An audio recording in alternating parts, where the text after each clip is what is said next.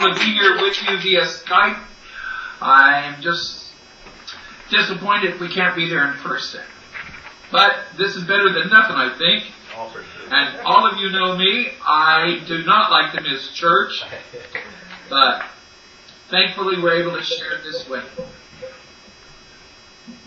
We'd like to thank each and every one of you for being here today. God bless you richly. I am thankful for those that watch via YouTube. Our cyber members, may God richly bless each and every one of you as well. And for those of you that weren't able to make it in church last Sunday, I just want to reiterate the fact that you missed a great sermon by Pastor Micah. It really, truly was a great sermon, and I just want everyone to know that. But today we kind of follow up with what Pastor Micah was preaching last Sunday, and we're talking about the passage here from Matthew chapter 5, the salt and light passage. You know, on October 2nd, 1864, one of the worst battles of the American Civil War was fought. 2,800 Confederate soldiers squared off against 4,500 Union soldiers. And the battle is forever recorded in American history as one of the worst atrocities that has ever occurred on U.S. soil. And it's not because 456 soldiers died that day, but it's what caused the battle in the first place.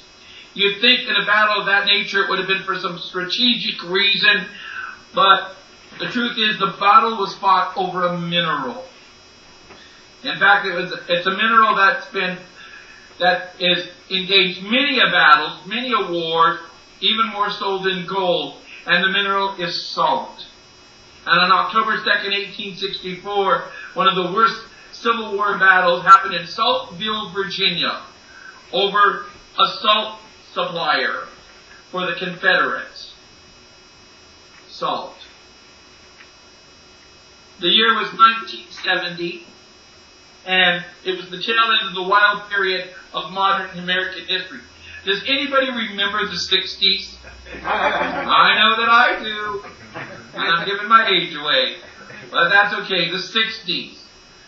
Well, one of the famous Methodist evangelists, E. Stanley Jones, who's written several books, was asked to name the number one problem of the church. And he replied quickly that the number one problem was irrelevance. He went on to say that 3/4 of the opposition to the church stems from disappointment.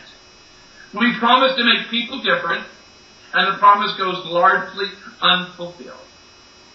And Dr. Jones went on to tell the story of a multimillionaire who said, "If Brother Jones cannot convert me, I will sue him."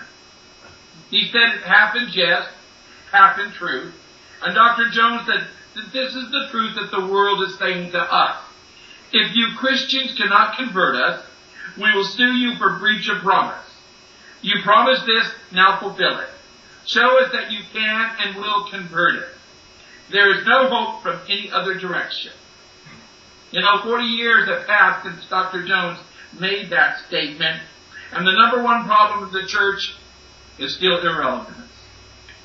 Take a look around Great Falls this morning.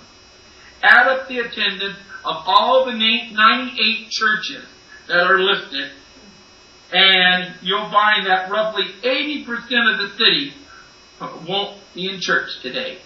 Well, and we're probably thinking 90% because of the way the weather is today. And on a very good day, like Christmas and Easter, all the churches together reach together about 25% of the city.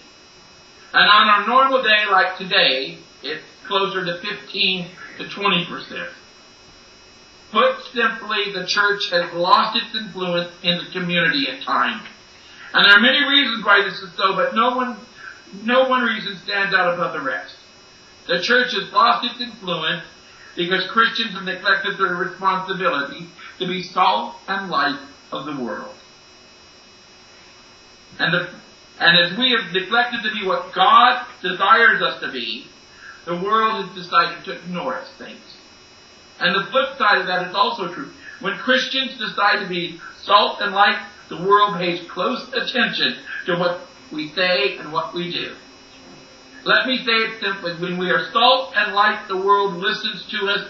When we aren't, they don't. And this is the word of the Lord from the Gospel of Matthew. It says, you are the salt of the earth, but if the salt loses its saltiness, how can it be made salty again? It's no longer good for anything except to be thrown out and trampled by people.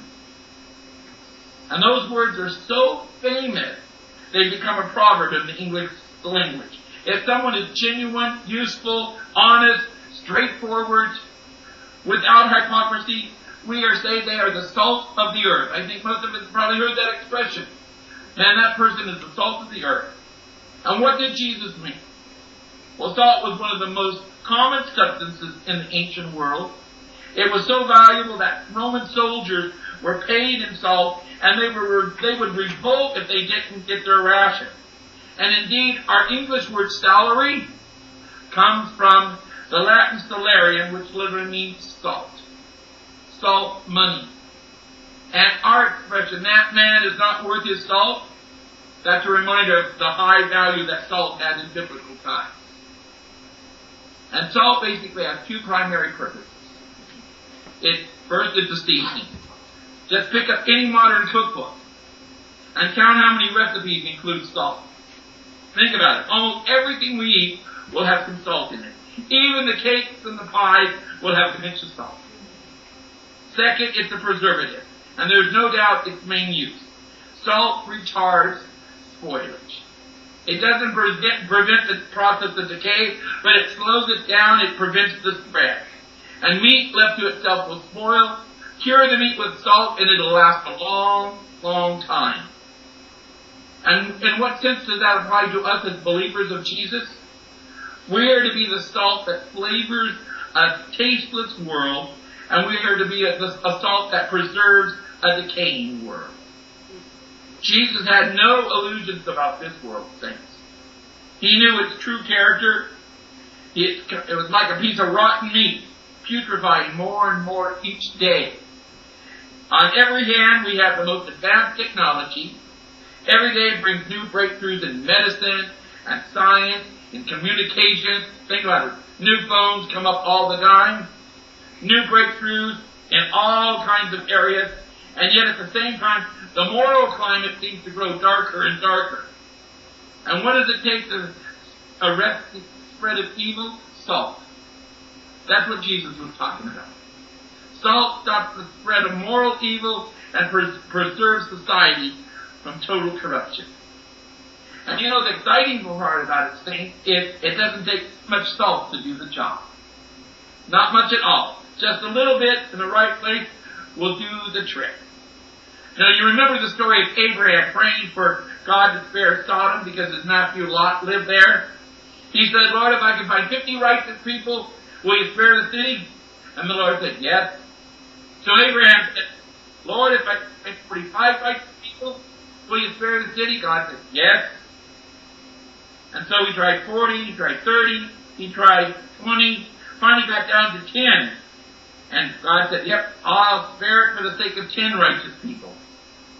Now think of it, a whole city saved because only 10 people were righteous. Now remember, Sodom was a thoroughly wicked place. And no, it was not destroyed because of homosexuality. But that's another sermon, which we won't get into. Just remember, Sodom was evil through and through. Yet God would have spared it for 10 righteous people. And as it turned out, Abraham couldn't even find 10 people who were righteous. So God prepared to destroy the city, but before God could do anything, Lot and his wife and his 2 daughters had to leave.